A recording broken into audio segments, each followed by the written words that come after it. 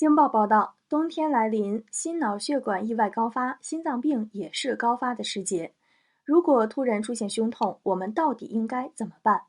近年来，朋友圈流传着胸痛时3种缓解方法：用力捶打胸口、用力按压穴位和喝口凉水。但是，如果你们按照这些方法去做，可能会加重病情。胸痛时捶打胸口会刺激产生疼痛，增大耗氧量，加重病情。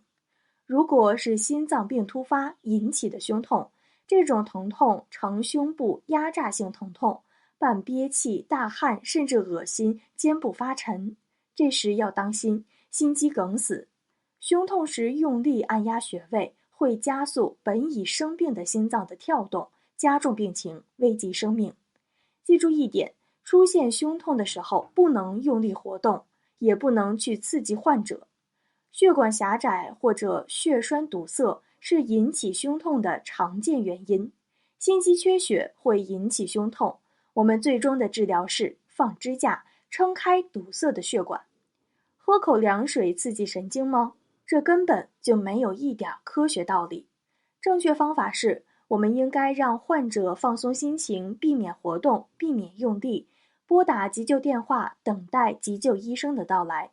切不可用力活动或者听信谣言。